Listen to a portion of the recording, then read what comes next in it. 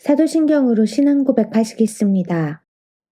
전능하사 천지를 만드신 하나님 아버지를 내가 믿사오며 그 외아들 우리 주 예수 그리스도를 믿사오니 이는 성령으로 잉태하사 동정녀 마리아에게 나시고 본디오 빌라도에게 고난을 받으사 십자가에 못 박혀 죽으시고 장사한 지 사흘 만에 죽은 자 가운데서 다시 살아나시며 하늘에 오르사 전능하신 하나님 우편에 앉아 계시다가 저리로서 산자와 죽은 자를 심판하러 오시리라.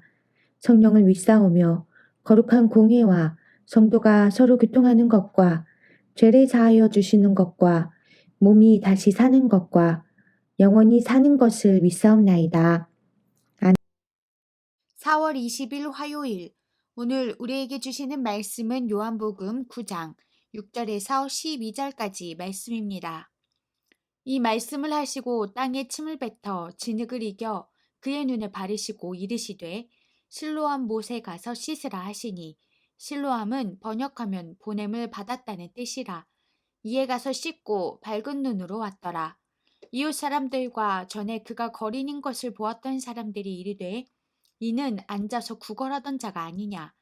어떤 사람은 그 사람이라 하며 어떤 사람은 아니라 그와 비슷하다 하거늘 자기 말은 내가 그라 하니, 그들이 묻되 그러면 내 눈이 어떻게 떠졌느냐.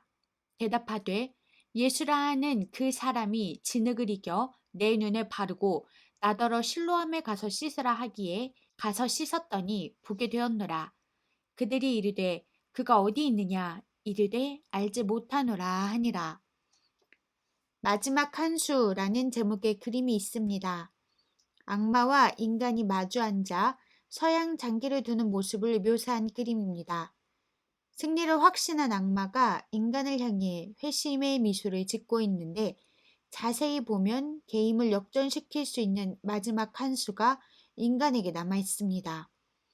이 그림을 통해서 작가는 아무리 절망적인 상황이라도 마지막 기회가 남아 있음을 강조합니다. 우리가 신앙을 갖는 이유는 죄에서의 구원뿐만 아니라 하나님께서 삶에 부어주시는 복과 영적 신비를 맛보려는 기대 때문입니다. 실제로 성경에는 현실의 크나큰 문제와 아픔을 겪던 사람들이 주님과의 만남을 통해 그것을 극복한 이야기로 가득합니다. 숱한 날들을 절망으로 보냈던 그들이 역전 드라마를 만들어낼 수 있었던 마지막 한 수는 주님과의 만남이었습니다. 오늘 본문에는 나면서부터 눈이 먼 사람이 실로암 못에서 치유되는 과정이 그려져 있습니다. 우리는 이 본문을 읽을 때 눈먼 사람이 치유되는 드라마틱한 장면과 안식일 논쟁에 집중합니다.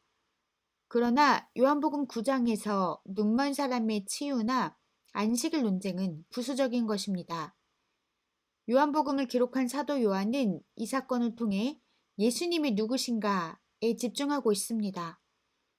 나는 세상의 빛이니 나를 따르는 자는 어둠에 다니지 아니하고 생명의 빛을 얻으리라 고 앞서 언급하신 것처럼 예수님은 세상의 빛이며 우리에게 생명을 얻게 하시는 분임을 알려주는 사건이 바로 이 눈먼 사람의 치유 사건입니다. 이 과정에서 예수님은 인간이 겪는 고난의 원인을 죄와 연결시키는 유대인들의 전통적인 사고방식으로는 인생의 고난을 제대로 설명할 수 없음을 말씀하십니다. 그러면서 그것은 하나님이 하시는 일을 나타내고자 하심에 있다고 하셨습니다. 이 말씀을 통해 예수님은 인간이 당하는 고난에 대하여 완전히 새로운 시각을 열어주셨습니다. 예수님을 만난 사람에게는 하나님이 하시는 일이 나타납니다. 그러므로 어떤 고난, 좌절, 질병, 실패에 사로잡혀 있다 해도 전심으로 주님을 바라본다면 그에게는 마지막 한 수가 남아 있습니다. 그것은 바로 주님의 손길입니다. 그 손길을 통해서 하나님이 하시는 일이 드러납니다. 오직 예수 그리스도만이 우리가 사용할 마지막 한 수입니다. 묵상 질문. 하나님이 허락하신 마지막 한 수인 예수님을 진정으로 믿고 있습니까? 오늘의 기도. 하나님, 영원한 생명을 주신 은혜에 감사합니다.